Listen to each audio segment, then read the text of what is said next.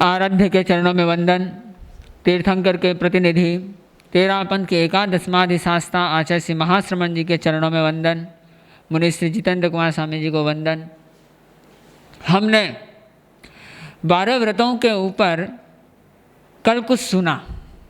श्रावक जीवन एक ऐसा जीवन है जिसको जी करके व्यक्ति आनंद, सुख, त्याग और परमात्मा भाव का अनुभव करता है। हम आज उस विषय को और आगे सुनेंगे। उससे पूर्व मुनि अनुशासन कुमार जी गीत के साथ मुनि अनुशासन कुमार जी। आराध्य के चरणों में वंदन। भंते धर्म रो मोटो शरणो है, धर्म रो मोटो शरणो है। महावीर रो शासन पायो, महावीर रो शासन पायो, फिर के डरनो धर्म रो मोटो शरणो है, धर्म रो मोटो शरणो है।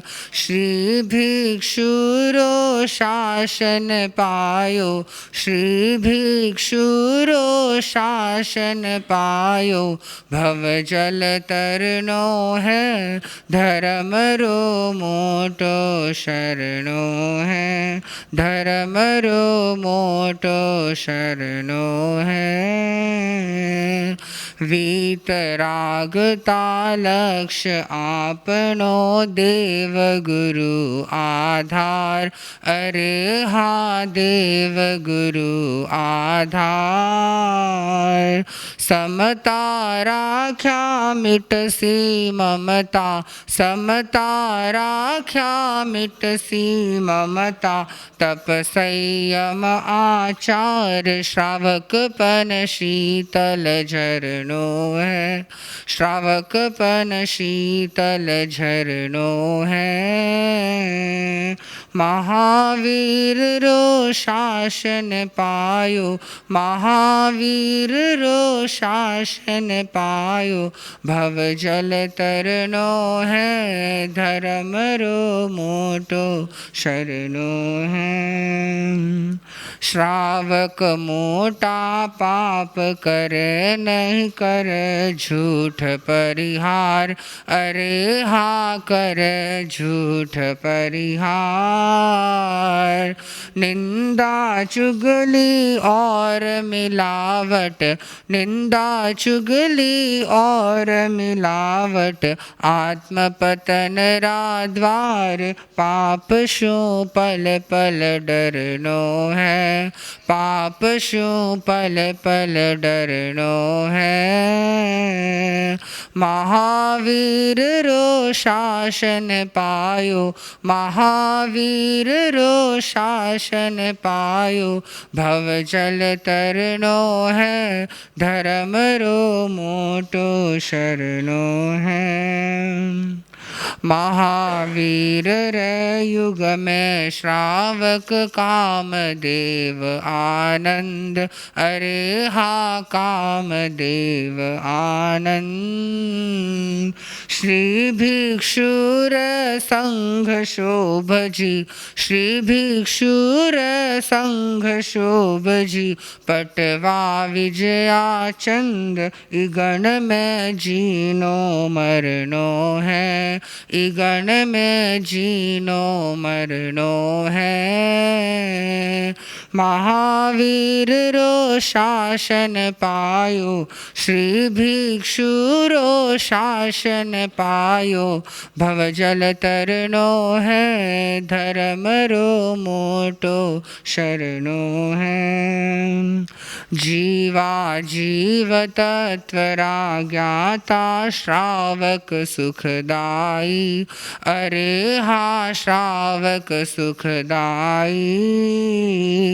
धर्म संघरी निष्ठा राखो, धर्म संघरी निष्ठा राखो, प्रण में कर डाई, भाव शो भव जल तरनो है, भाव आवशो भव जल तरनो है। महावीर रो शासन पायो, महावीर रो शासन पायो, फिर के डरनो है, धर्म रो मोटो शरणो है, धर्म रो मोटो शरणो है। श्रावक जीवन ऊंचो जीवन हुए सफलतम जोर, अरे हाँ हुए सफलतम जोर। महाश्रमण शासन अनुशासन, महाश्रमण शासन अनुशासन, सबल संगरी डोर, ध्यान शो शिव सुख वरनो है, ध्यान शो शिव सुख वरनो है। महावीर रो शासन पायो, महावीर रो शासन पायो, भव जल तरनो है, धर्म रो मोटो शरणो है, धर्म रो मोटो शरणो है।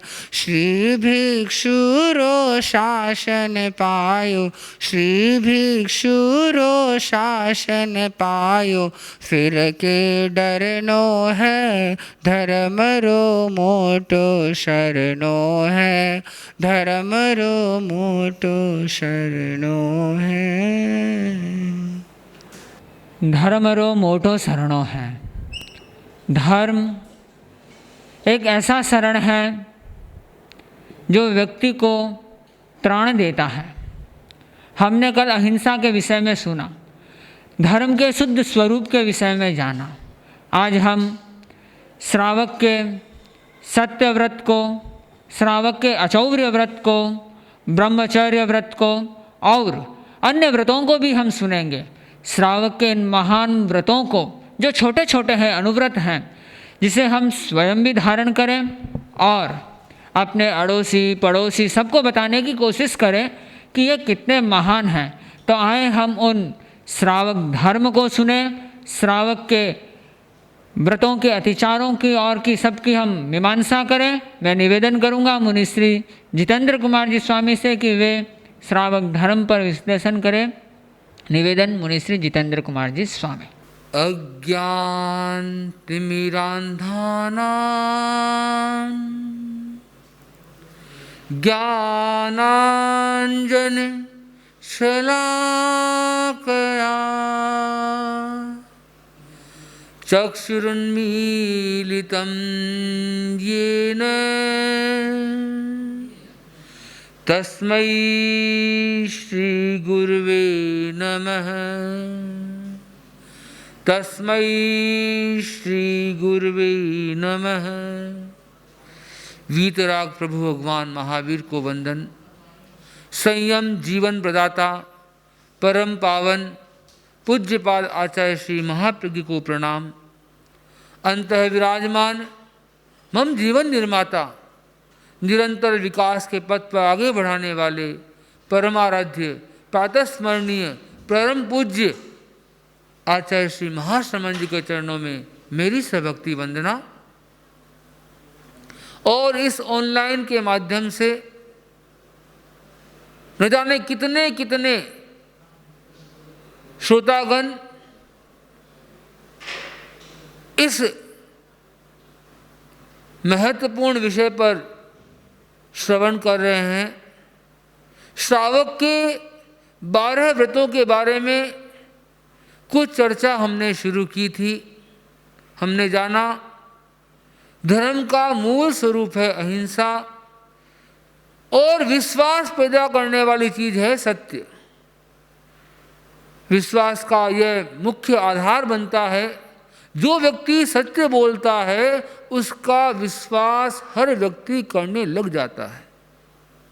तो सत्य व्रत में जो स्थूल निशावाद का विरमण किया जाता है, बड़ा झूठ नहीं बोलना है, श्रावक उस बड़े झूठ का त्याग करता है जिसका 5 स्वरूप की चर्चा हम लोगों ने कल सुनी। और आज हम सुनेंगे दूसरे अनुव्रत के जो महत्वपूर्ण 5 अतिचार हैं, अतिचारों को जानना बहुत आवश्यक है। जिसने अतिचार को नहीं समझा है वह व्यक्ति कभी भी व्रत का सम्यक आचरण पालन नहीं कर सकता। तो दूसरे अनुव्रत स्थूल मिषावाद का जो 5 अतिचार हैं बड़े महत्वपूर्ण हैं, जिसको समझना प्रत्येक श्रावक के लिए जरूरी है, चाहे वो भारत स्वीकार नहीं भी करे। इन अतिचारों का दिमाग में ज्ञान हो जाने से सहज ही व्यक्ति सत्य की राह पर आगे बढ़ सकता है। दूसरा अनुव्रत स्थूल निशावाद का पहला अतिचार है रहस्या भक्षणम, सहसा भक्षाने। बड़ा महत्वपूर्ण अतिचार है, सहसा किसी पर आरोप मत देना। ये ऐसा अतिचार है जिसमें हो सकता है व्यक्ति को देखा और देखते उसने बोल दिया, हो सकता है उसमें सत्य की बात भी हो सकती है, किंतु इस सहसा करने के कारण वह असत्य भी हो सकता है। यह पहला अतिचार जिसके बारे में बड़ा सुंदर कहा गया है, बिना पुष्ट प्रमाण सहसा दोष यूं ही मढ़ दिया, रहस्य चिंतन निरत पर आरोप कोई गढ़ दिया, मंत्र भेद सुधार का अरु गलत पथ दर्शन किया, लेख झूठा लिख किसी का अहित संपादन किया। बड़ा सुंदर काव्य में इस गेय तत्व में इस 5 अतिचारों का जितना सुंदर विवेचन किया गया है, बिना पुष्ट प्रमाण सहसा दोष यूं ही मढ़ दिया। आप प्रमाण नहीं है, आपने देखी आपने सुनी कोई बात, सहसा आपने आरोप लगा दिया, ये क्या हो गया। एक घटना आपको सुनाऊं। एक सन्यासी जा रहा था, उसने ध्यान दिया कि एक आदमी एक औरत के साथ उसको दबा रहा है और औरत ना कर रही है, अरे मत करो मत करो मत करो। और पास ने उसे ध्यान दिया एक बड़ी बोतल भी पड़ी है। उसने अपने मन की कल्पना की और मन में उसके उस आदमी के प्रति वितृष्णा आ गई। वो थोड़ा आगे बढ़ा, बात सामने से वो आदमी मिले, उन्होंने कहा देखो कैसा जमाना आ गया, लोग खुलेआम ऐसा व्यभिचार करना लग गए हैं। लोगों को आश्चर्य हुआ, लोगों ने भी आपने कहाँ देखा आपने। उसने कहा अभी रास्ते में आ रहा था, ये ऐसी घटना घटी थी, मुझे बड़ा आश्चर्य हो रहा है। लोगों ने देखा, लोगों को जब ये बात सुनते ही सहज ही आक्रोश की स्थिति हो जाती है। लोग कई बार ऐसे प्रसंग में उसे मारने के लिए दौड़ जाते हैं, उतावले बन जाते हैं। कई बार हम देखते हैं आचार्य श्री के साथ में, कई बार रास्ते में हम चल रहे होते हैं, भीड़ होती है, समूह आता है, उस समय कोई जेब कतरा जेब काटने की कोशिश करते हुए पकड़ में आ जाए, फिर उसे जो धुलाई होती है सोच नहीं सकते हम लोग। एक हाथ में आना चाहिए, लगता है जैसे हाथ का सारा मेल सारा जोर उसी पर अजमा दिया जाता है। तो उन जो आसपास जो व्यक्ति थे उन्होंने कहा महाराज कहाँ की बात है, कि वहाँ की बात है। लोग वहाँ पहुँच गए, देखो कि रियल में एक आदमी है, औरत की दबाने की कोशिश कर रहा है, महिला ना कर रही है, उसे मारने में दौड़े। कैसे क्या आदमी हो, क्या कर रहे हो आप, इसे भरे राह में से कर रहे हो, खुले आम में से कर रहे हो। उसने कहा भाई क्या बात, क्या गलती क्या हुई, क्या आप शांति से बोलिए। कि नहीं आप इस प्रकार व्यभिचार कौन कर रहा है, मेरी माँ है, ये मैं इनकी पगजंपी कर रहा हूँ, इनकी ब्यावज कर रहा हूँ और ये ना कर रहे हैं। और बोतल क्या है, ये दवाई की बोतल पड़ी है। आप ध्यान दें, एक सहसा कोई चीज दिखी और आपने आरोप लगा दिया, असत्य संभाषण हो सकता है। तो पहला अधिकार है हम ध्यान दें, हम सहसा किसी पर आरोप नहीं जोड़े, पहले बात को प्रमाणित करें, पुष्ट प्रमाण मिल जाए फिर वह बात करें। आज भी हम देखते हैं कई बार इस व्हाट्सएप के माध्यम से नहीं जाने कितने कितने तरह के आरोप व्यक्तियों पर लगा दिए जाते हैं, उसमें कितने में कई बार तो नमक की रोटी पोती जाती है, बड़ा आश्चर्य होता है। किंतु एक श्रावक को जिसने स्थूल निशावाद का विरमण किया है उसे इस प्रकार का आचरण नहीं करना है। दूसरा महत्वपूर्ण अतिचार है रहस्याभक्षणम। किसी की रहस्यपूर्ण बात आपके ध्यान में आ गई, हो सकता है बात सच्ची हो सकता है बात सच्ची हो, किंतु उसका आपने किसी के सामने प्रकट कर देना यह भी अतिचार माना गया है।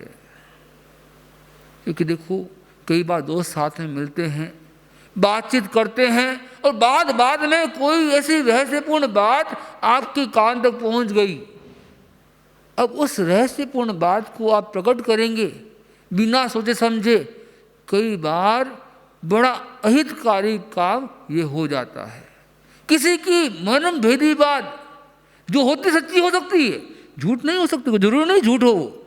सच्ची बात को भी हर जगह प्रकाश में करना, प्रकटीकरण करना जरूरी नहीं है।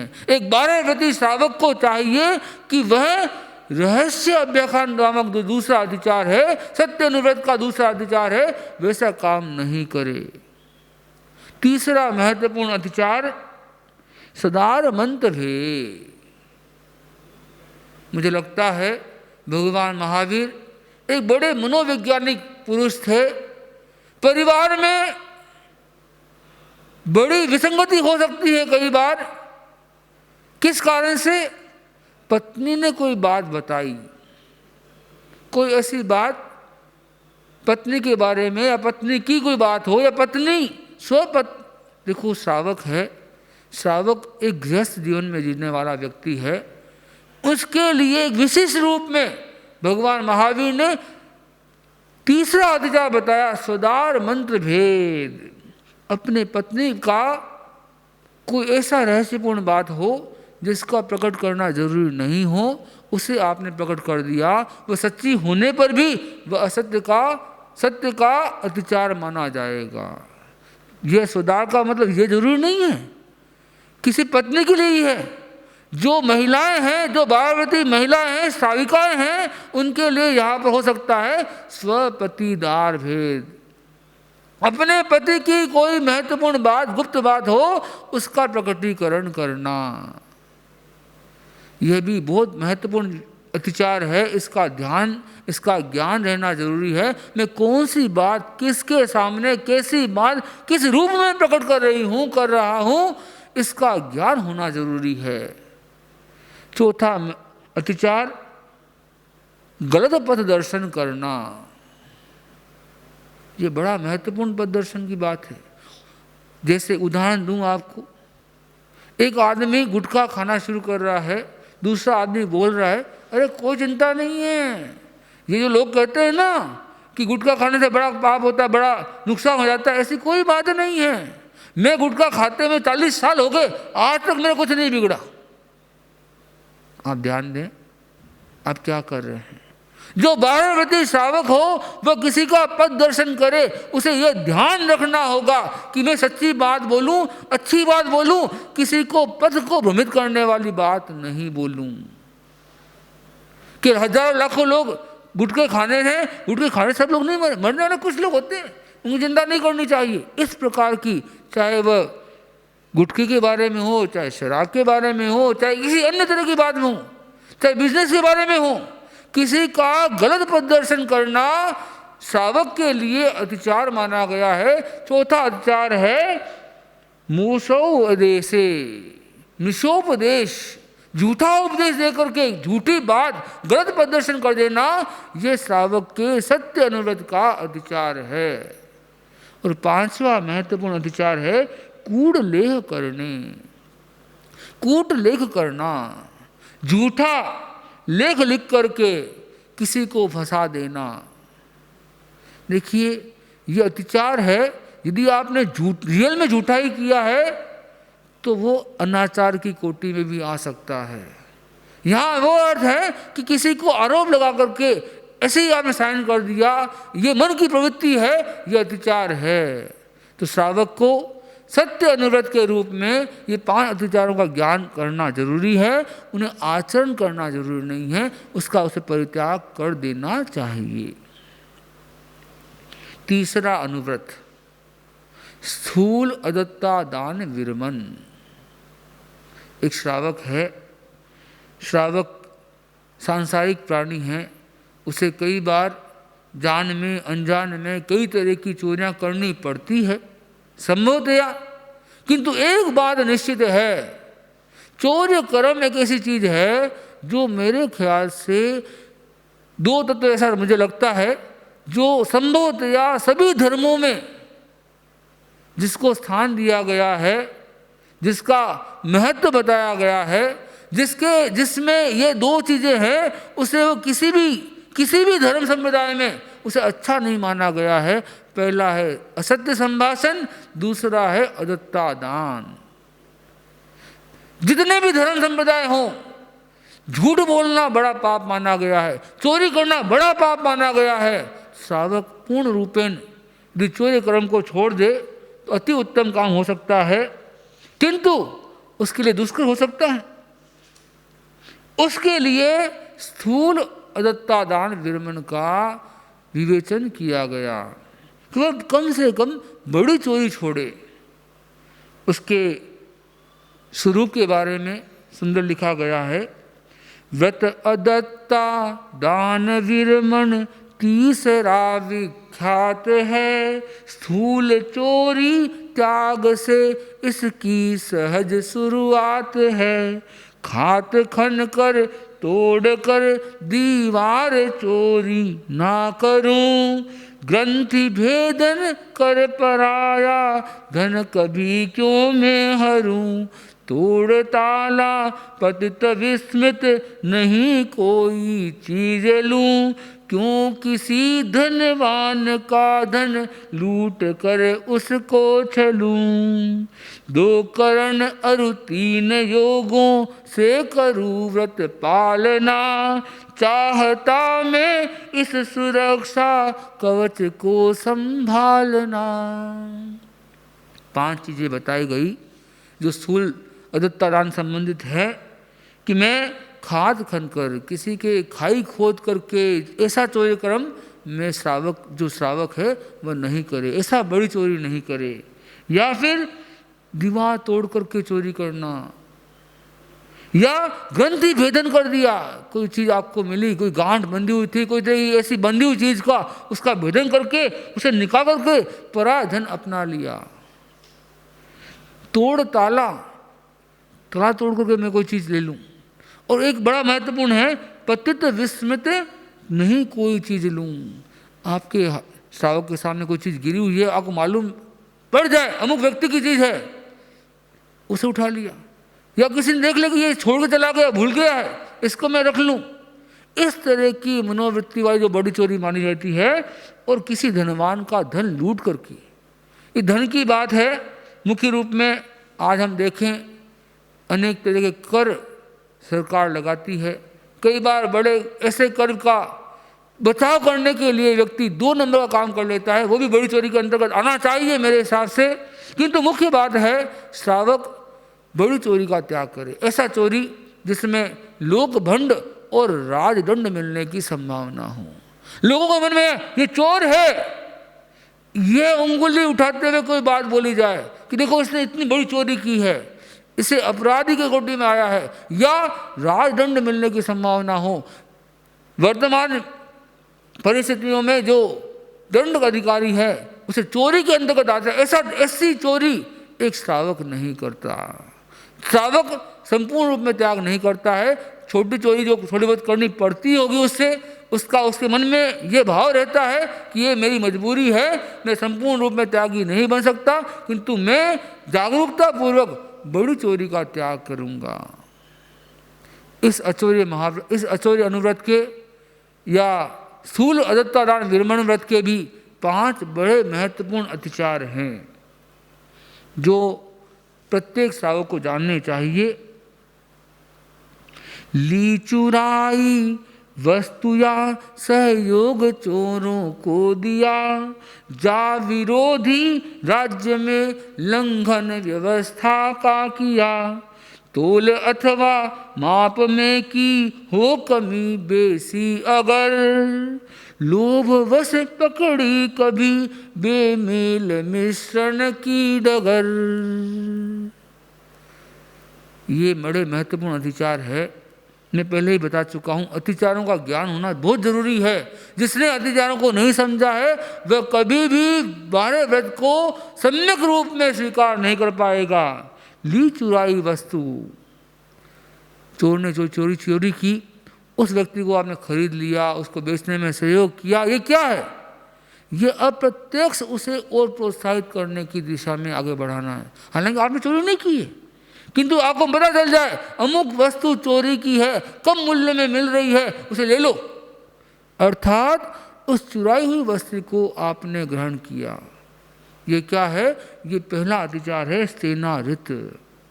दूसरा महत्वपूर्ण अतिचार है सहयोग चोरों को दिया। आपको मालूम पड़ जाए, देखो कोई व्यक्ति आया कि देखो आप श्रावक हैं, व्यवस्था करते हैं, बात करते हैं, किसी को उपदेश देते हैं, देखो भाई मैं तो ये कर नहीं सकता, तुम्हें ये व्यवस्था कर सकता हूँ, तुम्हें सहयोग दे सकता हूँ, करना तुम्हें पड़ेगा। इस प्रकार में सीधी चोरी नहीं है, वो डायरेक्ट खुद नहीं कर रहा है किंतु सहयोग दे रहा है। ये सहयोग देने की मनोवृत्ति है, यह अतिचार कहलाती है। तीसरा महत्वपूर्ण अतिचार है जा विरोधी राज्य में लंघन व्यवस्था का किया। कोई पूछ सकता है इसमें क्या है? यदि विरोधी राज्य में यदि आप करते हैं तो क्या बड़ी बात है? किंतु नहीं, राज्य जिस राज्य में रह रहे हो उसका कोई विरोधी राज्य है, वहाँ के नियम अलग हो सकते हैं। आज हम देखते हैं प्राय सभी देशों के अपने वीज़ा बने हुए होते हैं, एक प्रोटोकॉल होता है, एक व्यवस्था होती है। उस वीज़ा को यदि छुपा करके किसी को भेजा गया, किसी से काम करवाया गया, या वैसा कोई माल वहाँ से आया जिसमें आपने डायरेक्ट कर छुपाने की कोशिश कर ली, ये क्या है? यह उसका अतिचार है। बोले क्या दिक्कत है? जो व्यक्ति वहाँ का नियम व्यवस्था बनी हुई है, वहाँ से कोई सामान लेके आ रहे हैं बिना कोई टैक्स के, यहाँ के उसे बेच रहा हूँ, सॉरी आप ध्यान दें, वो आप बेचने के लिए नहीं ला रहे हो, किंतु आप बेच रहे हैं, अर्थात विरोधी राज्य का अतिक्रमण किया है, व्यवस्था का अतिक्रमण किया है। एक श्रावक, 12 बजे श्रावक ऐसा काम नहीं करेगा। विरुद्ध राज्यातिक्रम नामक ये तीसरा अतिचार श्रावक को हमेशा वर्जनीय माना गया है।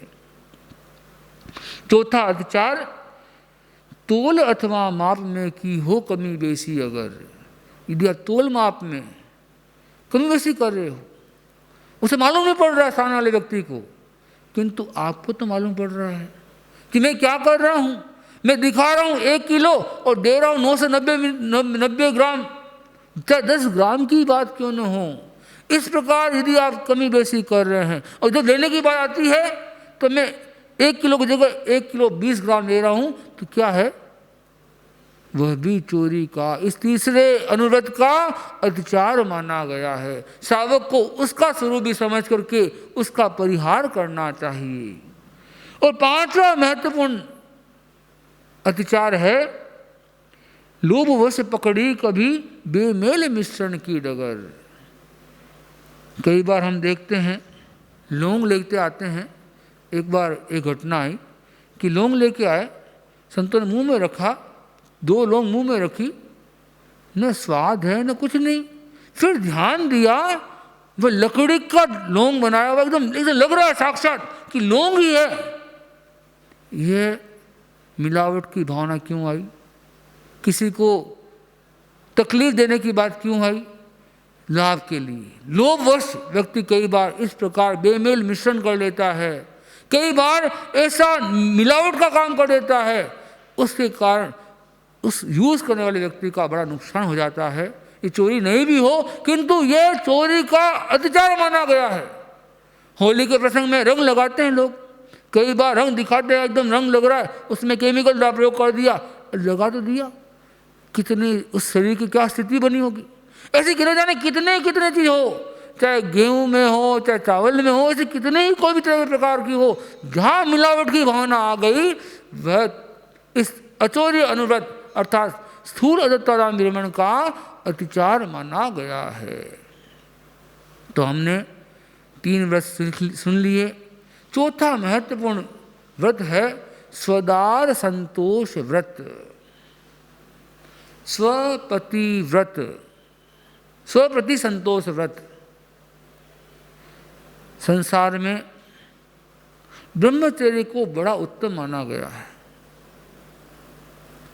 और हमने सुना भी है, हमने समझा भी है, हमने जाना भी है। ब्रह्मचर्य की साधना अति दुष्कर साधना होती है। इन 5 महाव्रतों की यदि हम चर्चा करें, 5 व्रतों की चर्चा करें, उससे सबसे कठिन क्रम होता है ब्रह्मचर्य का स्वीकरण। और ऐसा देखा जाए ये बड़ी महत्वपूर्ण साधना है। इसकी साधना का व्यक्ति यदि चिंतन करना शुरू करे तो असंभव ही नहीं है।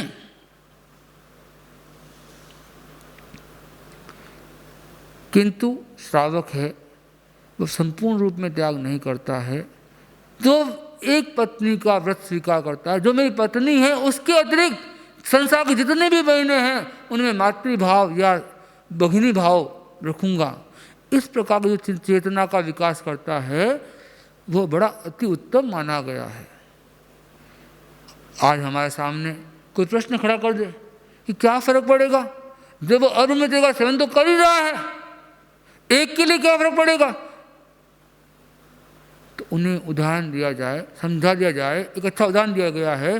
पुराने जमाने में यदि किसी को कोई सांप काट जाए, उसने सांप डसा है और जहर पूरे शरीर में फैल रहा है, तो उस जमाने में गारुडिक एक मंत्रवादी हुआ करते थे, जो गरुड़ विद्या के जानकार हुआ करते थे। उनको बुलाया जाता था, उनको बुला करके एक मंत्र के प्रयोग के द्वारा संपूर्ण विष को एक स्थान पर केंद्रित किया जाता था और फिर उस एक स्थान पर केंद्रित विष को बाहर निकाल दिया जाता है। देखो, अब्रह्मचर्य बड़ा पापकारी प्रवृत्ति मानी गई है, बड़ी ही आत्मा के दृष्टि से देखें एक जघन्यतम काम माना जाता है। किंतु संपूर्ण सभी लोग इसका पालन नहीं कर पाएंगे। बड़ा दुष्कर है, अति दुष्कर है, महादुष्कर है।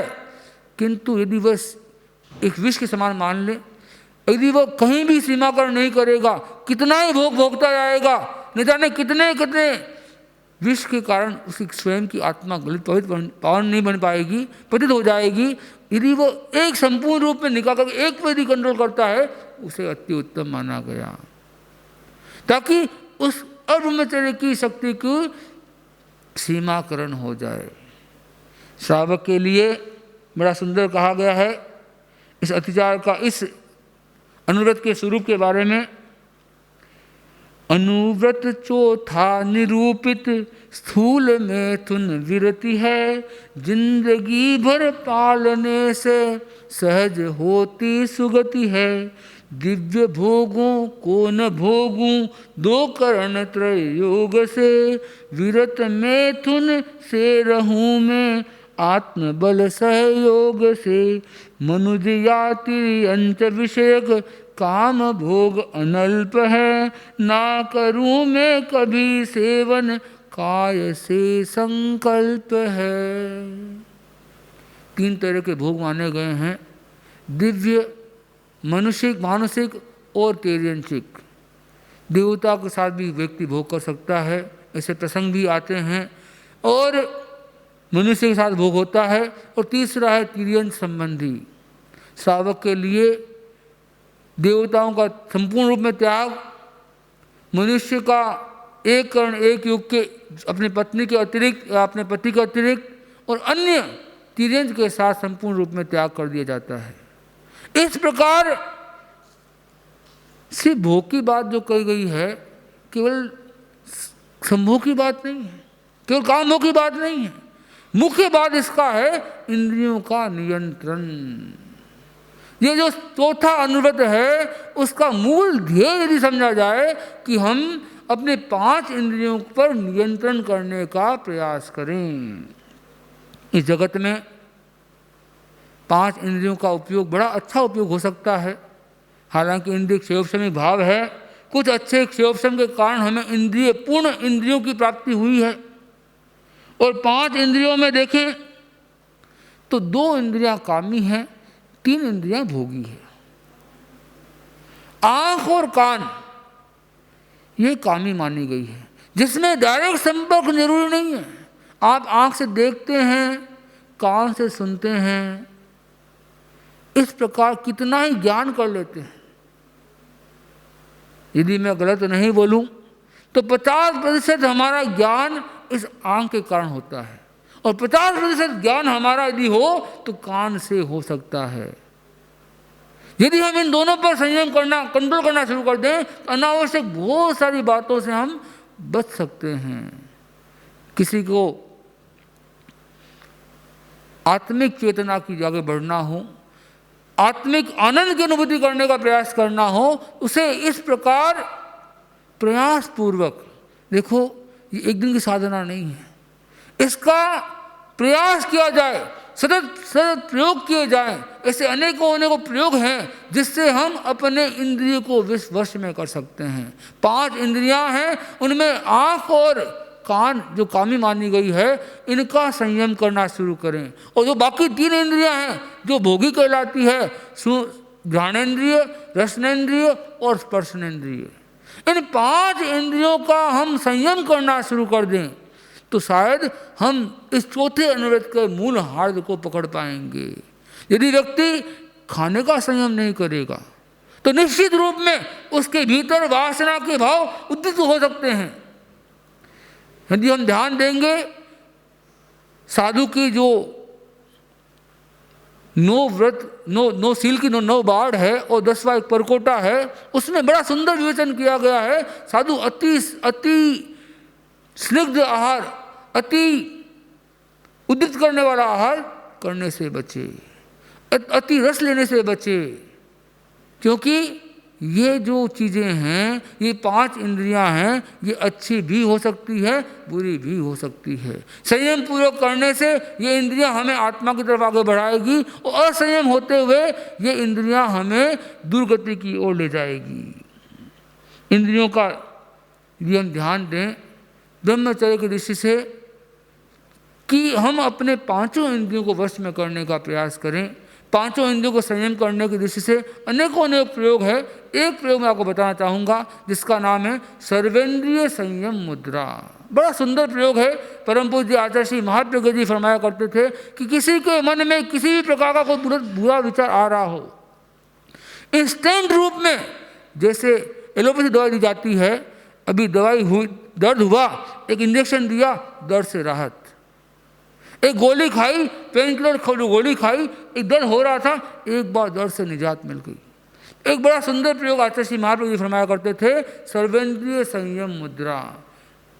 इन अंगूठे से कान को बंद कर दिया जाए, इस तर्जनी अंगुली से आंख को बंद कर दिया जाए, इस मध्यमा से नाक को बंद कर दिया जाए, और जो अनामिका और कनिष्ठा है इसको मुंह बंद कर दिया जाए। यदि कोई तरह के विचार आपके मन में आ रहे हैं, उन विचारों को कंट्रोल करना है। कोई असम्यक विचार आपके मन में आ रहे हैं, एक साथ एक इमीडिएटली यदि आपको उसे कंट्रोल करना है, यह प्रयोग कर ले, एकदम मन शांति की अनुभूति हो जाएगी। जो विचारों का प्रभाव आ रहा है वो एक बार विराम को प्राप्त कर लेगा। तो हम ध्यान दें चौथे व्रत के बारे में। जो श्रावक स्वीकार करता है स्वदार संतोष व्रत, वह एक के अतिरिक्त संपूर्ण रूप में अब्रह्मचर्य का त्याग करता है। उस त्याग के भी 5 बड़े महत्वपूर्ण अतिचार है। इन अतिचारों का वर्णन बड़ा मुझे अच्छा लगता है। चौथे व्रत के अतिचारों के बारे में कितना सुंदर लिखा है। कुछ समय आश्रित बना आलाप यदि मैंने किया, बिना पाने ग्रहण ही संलाप कर प्रश्रय दिया। काम क्रीड़ा पर विवाह प्रसंग में सक्रिय रहा, तीव्र भोगासक्ति का यदि स्रोत जीवन में बहा। 5 बड़े महत्वपूर्ण अतिचार। जिस व्यक्ति ने सुदार संतोष व्रत को स्वीकार किया है, उन्हें इन 5 अतिचारों का ज्ञान करके इनका संपूर्ण रूप से परिहार करना है। पहला अतिचार है इत्वरक परिगहिया, कुछ समय के लिए उसे अपनी स्त्री बना कर रखना। आज भी होती होगी पता नहीं, पुराने ज़माने में हुआ करती थी, तभी यह अतिचार रखा गया है कि किसी स्त्री को कुछ समय के लिए आश्रित बना लिया कि ये मेरी पत्नी स्वरूपा है, उसके साथ यदि वह आलाप संलाप आदि करता है तो वह अतिचार है। यदि अनाचार का भोग कर ले तो अनाचार हो जाएगा। केवल ये इसलिए बताया गया है कि श्रावक है, 12 वर्षीय श्रावक है, वह इस प्रकार का गली नहीं निकाले, जिसे हम आज की भाषा में रखेल बोल दें, जो स्त्री के रूप में मान ली जाती है तो स्त्री है नहीं। उस प्रकार में वहाँ आलाप संलाप आदि करना अतिचार माना गया है। अपरिगह्या, दूसरा महत्वपूर्ण अतिचार इस चौथे व्रत का बताया है। शादी से पूर्व, विवाह से पूर्व, अपनी सगाई होने के बाद उसे लग रहा कि ये तो मेरी पत्नी है, उसके साथ आलाप संलाप आदि करना, मैथुन संबंधी बातें करना, आलाप करना, यह भी अतिचार माना गया। क्यों? अभी तक उस पर मुहर नहीं लगी है। ये बड़ा महत्वपूर्ण अतिचार है। आज के समय में हम देखें, न जाने लिव इन रिलेशनशिप आदि नाम से जाने कितने तरह के प्रसंग हमारे सामने उपस्थित हो रहे हैं। ये एक ध्यान देने की बात है कि हम, जो व्यक्ति 12 व्रत को स्वीकार करे वह इस प्रकार का आचरण नहीं करेगा। इसमें दूसरा अर्थ किया गया है वेश्या के साथ आलाप संलाप आदि करना, वह भी इसके अंतर्गत ही माना गया है। अपरिगह्या, अपरिगृहित के साथ आलाप संलाप संबंधी, मैथुन संबंधी बातें आदि करना इस अतिचार के रूप में माना गया है। तीसरा महत्वपूर्ण अतिचार है अनंग क्रीड़ा। जो अप्राकृतिक मैथुन की संबंधी जो बातें जो सुनते भी हैं, यह क्या है? एक श्रावक के लिए वर्जनीय है। अनंग क्रीड़ा, अप्राकृतिक मैथुन का न बात करना है, न उसके बारे में विचार करना है, न चिंतन करना है। यदि वह सेवन कर लिया जाए अनाचार हो जाएगा। श्रावक के लिए इस महत्वपूर्ण अतिचार से भी विरति लेते हुए उसका परिहार करना है। चौथा अतिचार है पर विवाह प्रसंगे सक्रिय रहना। भगवान ने इतना महत्वपूर्ण बात कही। एक श्रावक है, अपने परिवार में अपने बेटे के, बेटियों की, उनकी शादी के बारे में चिंतन भी करता है, उनका प्रयोग भी करता है, उनका उपयोग करके देखता भी है, किंतु हर किसी परिवार में शादी की बात करने लग जाए, हर किसी के बारे में चिंतन देना लग जाए, अपना मंतव्य देने लग जाए, ये लड़की अच्छी है, ये लड़का अच्छा है, इस तरह का। क्यों? ये क्यों अतिचार माना गया? क्योंकि कहीं न कहीं विवाह ब्रह्मचर्य की तरफ आगे बढ़ाने की प्रक्रिया है। उस व्यक्ति को प्रेरित कर रहे हैं आप उसकी तरफ आगे बढ़ाने का। श्रावक जो चौथे अनुव्रत का श्रावक करने वाला है, उसे किसी को भी अन्य रूप में, विवाह के रूप में या अब्रह्मचर्य की तरफ आगे बढ़ाने की प्रेरणा नहीं देनी चाहिए। उसमें सक्रियतापूर्वक कई बार ऐसी स्थिति होती है कि कई बार जब पति पत्नी में जब तनाव हो जाता है तो बोलते, देखो उस व्यक्ति ने, अमुक व्यक्ति ने हमारा गठबंधन करवाया था, हमारा बात करवाई थी, कितना कि वो हो सकता है, कोई जरूरी तो नहीं है सभी लोग एक समान सुख की अनुभूति करें। जब वो लड़ाई होती है तब तो आदमी पर आरोप लगाया जाता है। तो श्रावक के लिए इस चौथे अनुव्रत का चौथा महत्वपूर्ण अतिचार जानने योग्य है, स्वीकार करने योग्य नहीं है। वह प्रयासपूर्वक पर विवाह में सक्रियतापूर्वक योगदान नहीं देगा। पांचवा महत्वपूर्ण अतिचार है तीव्र भोगाशक्ति। यह एक श्रावक है, श्रावक ने चौथे अनुव्रत की साधना शुरू की है तो तीव्र भोगाशक्ति में वह नहीं पड़े, क्योंकि तीव्र भोगा शक्ति की चेतना यदि बार बार दिमाग में, दिन में, दोपहर में, शाम को, रात को यदि बार बार भोगा शक्ति की चिंतन आता रहेगा तो वह अब्रह्मचर्य की तरफ और आगे बढ़ जाएगा। तो श्रावक के लिए कहा गया है ये 5 महत्वपूर्ण अतिचार चौथे व्रत के अतिचार है, इनका जाने, इनका आचरण नहीं करे। जानी अव्वा न समायरी अव्वा, भगवान ने कहा है इनका ज्ञान करें, जाने, इनका आचरण नहीं करें। 5वां महत्वपूर्ण अनुव्रत है इच्छा परिमाण व्रत।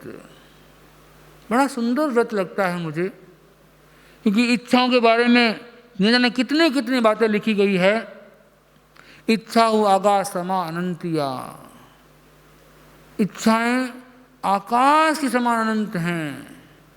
हम देखें लोकाकाश और अलोकाकाश, एकमात्र क्षर द्रव्य में आकाश जैसा द्रव्य है जो बहुत विस्तार से है। धर्मास्तिकाय सीमित है, अधर्मास्तिकाय सीमित है, आकाशास्तिकाय अनंत अनंत, लोकाकाश असंख्य है, उसके आलोक कितना है इसकी सीमा नहीं की जा सकती। असीम है, आकाश को असीम माना गया है और इच्छा को आकाश समान अनंत माना गया है। कितना सुंदर कहा गया है, अनंत जन्मों से व्यक्ति पदार्थों का भोग कर रहा है, अनंत जन्मों से हम इन पदार्थों का भोग कर रहे हैं, कहीं इच्छा की अंत नहीं आई है। अनंत मेर मिश्री भणी,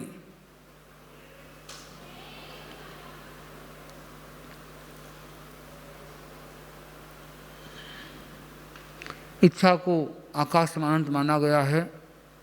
और एक उदाहरण दिया गया है, बड़ा सुंदर उदाहरण दिया गया कि 4-5 व्यक्ति जो कोयला बनाते थे, लकड़ी से कोयला बनाते थे, कोयला बनाने के लिए जंगल में गए, लकड़ियाँ काट करके अंगारे इकट्ठे उसे जला करके कोयला बनाने के लिए इस भरी दोपहरी में, जेठ का महीना था, तो गर्मी के एकदम परेशान हो रहे थे। थोड़ा पानी उनके पास में था, थोड़ा पानी पिया, फिर उन्होंने सोचा कि देखो बहुत गर्मी है और इतनी आग के कारण से, ताप के कारण से हमें थोड़ा रेस्ट कर लेना चाहिए। तो वहाँ पर वो 4-5 व्यक्ति सो गए। उन 5 व्यक्तियों में एक व्यक्ति, कई बार हम वर्तमान में क्या चल रहा होता है उसी का स्वप्न देखते हैं। एक व्यक्ति ने स्वप्न में देखा कि इतनी गर्मी, इतनी प्यास लग गई है कि मेरे पास जो डिग्री है, पानी पी लिया, प्यास बुझी नहीं। उसने नजर दौड़ाई, आसपास कोई तालाब मिल जाए, तालाब में गया, तालाब में पूरा तालाब खाली कर दिया। सपना है, सपने में व्यक्ति बहुत सारी कल्पना कर लेता है। पूरा तालाब का पानी पी लिया, प्यास नहीं बुझी। और आगे बढ़ा, देखा नदी है, नदी का पानी पूरा पीना लग गया, पूरी नदी खाली कर दी, फिर भी प्यास नहीं बुझी। और आगे बढ़ा, समुद्र दिखा, खारा था, फिर भी समुद्र का पानी पीना शुरू किया, पूरा समुद्र का पानी पी लिया, फिर भी प्यास नहीं बुझी। अब क्या करे? आगे देखा, आगे गया, रेगिस्तान दिखा, वहां कुआं दिखा। उसने नजर दौड़ाई, कुएं में थोड़ा सा पानी पड़ा था, इतना नीचे जा नहीं सकता था। उसने पास में घास के पुले बांधे, उस पुले को नीचे गिराया, ऊपर निकाला और पुले को नीचे करके उसने पानी पिया। यहाँ बताया गया है कि जिस व्यक्ति की प्यास नदी, तालाब, समुद्र से नहीं बुझी, क्या उस पानी के पुले से, उस निकले हुए कुछ बूंदों से क्या उसे प्यास बुझ सकती है? कभी नहीं बुझेगी। ये हम देखें, हम अपनी आत्मा को देखें, अनंत जन्मों से इन्हीं पदार्थों का भोग कर रहे हैं। अनंत जन्म मानते हैं क्योंकि कहा गया है ऐसा कोई स्थान नहीं है जहाँ हमने जन्म नहीं लिया।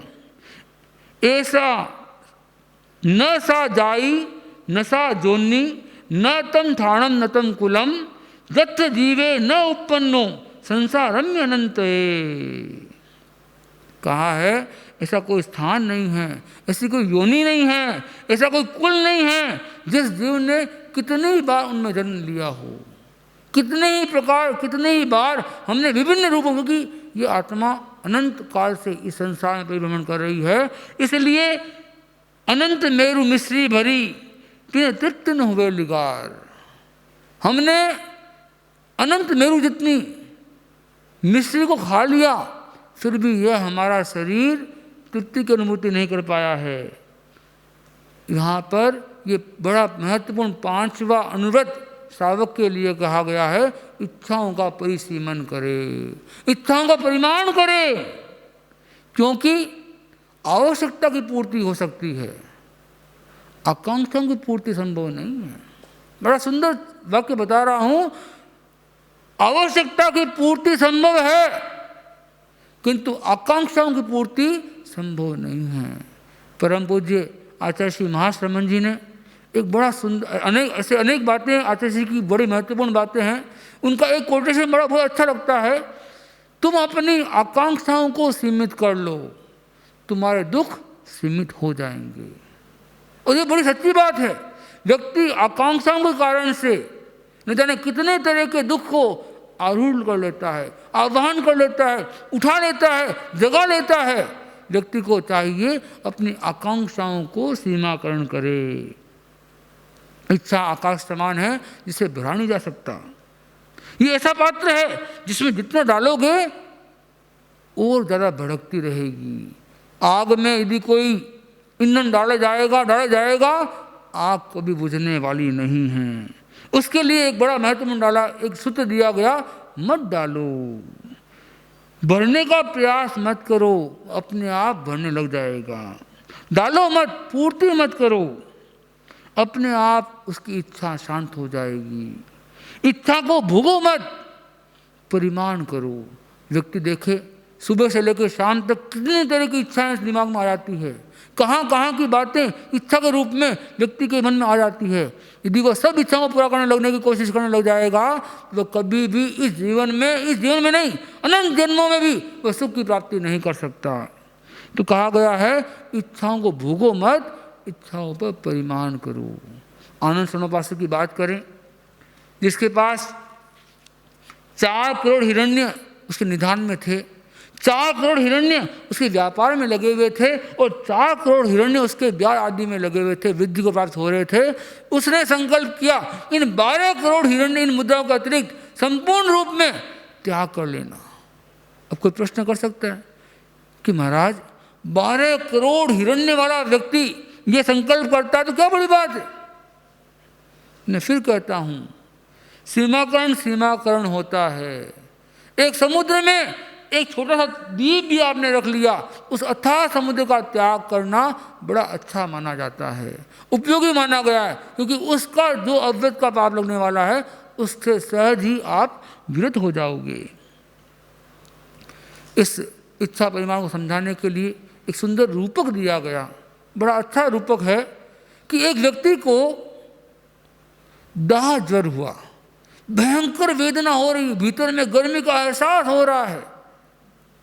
वह एक वैद्य के पास गया, वैद्य ने उसका परीक्षण किया, परीक्षण देकर कहा, देखो मैं तुम्हें 4 पुड़िया दूंगा, 2 पुड़िया तुम्हें लेना है और 2 पुड़िया तुम बाहर लगा लेना। अब वो व्यक्ति हाँ में हाँ बोल दिया।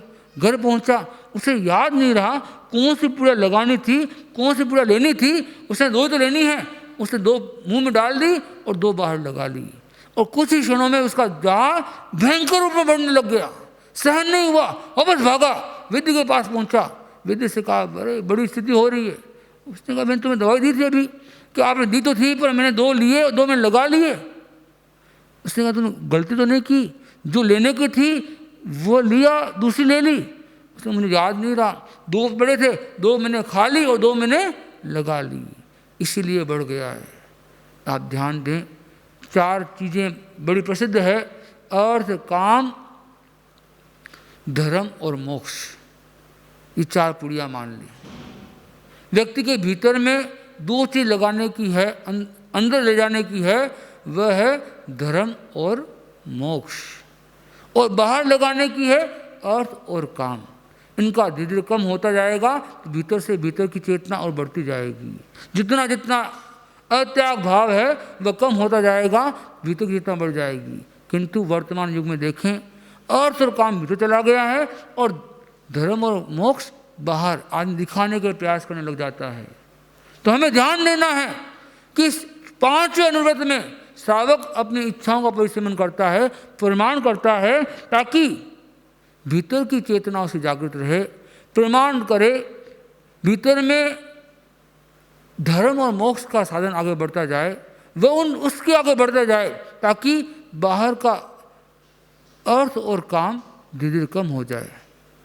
तो 5वें अनुव्रत में शुरू बताया गया है, 5वां व्रत उपासक का परिग्रह परिमाण है, कामनाओं पर नियंत्रण स्वयं का कल्याण है, खेत और मकान का सीमाकरण अब मान्य है, स्वेच्छया सीमित रजत सोना साधन धान्य है, द्विपद चाहे हो चतुष्पद सभी का परिमाण है, कुप्य सीमाधिक परिग्रह गहन प्रत्याख्यान है, करण एक त्रियोग से स्वीकृत नियम की साधना, स्थूल अपरिग्रह अनुव्रत की करूं आराधना। इस 5वें अनुव्रत में व्यक्ति इच्छाओं का नियंत्रण करता है, अपने दुख को नियंत्रण करता है और खेत का, मकान का, जमीन का, बंगलों का सीमाकरण करता है और धन धान्य का भी सीमाकरण करता है, सोना चांदी का भी सीमाकरण करता है, द्विपद चाहे हो चतुष्पद, दास दासियों का हो चाहे जानवरों का हो, उनका भी सीमाकरण करता है। और 5वां है कुप्य सीमादिक। कुप्य अर्थात गृहस्थ के काम आने वाले जो अन्य उपकरण आदि है, वस्त्र आदि है, जिन्हें इस कुप्य शब्द के अंतर्गत माना गया है, तो श्रावक को स्थूल परिग्रह इच्छा परिमाण व्रत का स्वीकरण करना चाहिए। इस व्रत के भी 5 महत्वपूर्ण अतिचार हैं।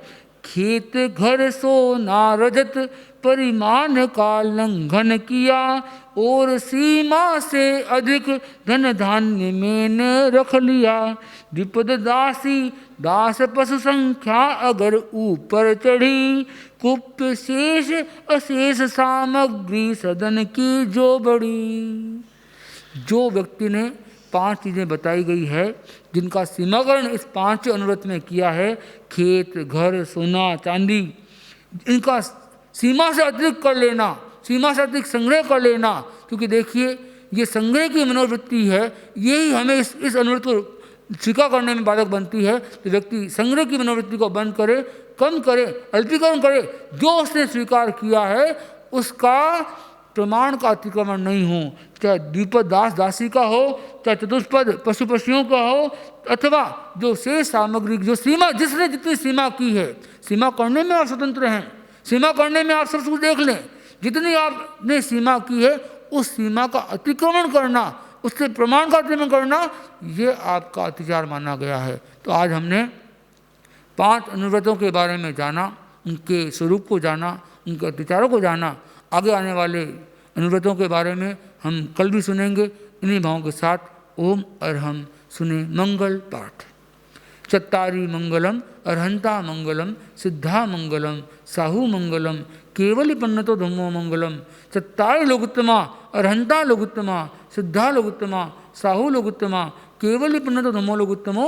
चत्तारी शरणं भवज्जामि अरहंते शरणं भवज्जामि सिद्धे शरणं भवज्जामि साहू शरणं भवज्जामि केवली पन्नतम धम्मम शरणं भवज्जामि।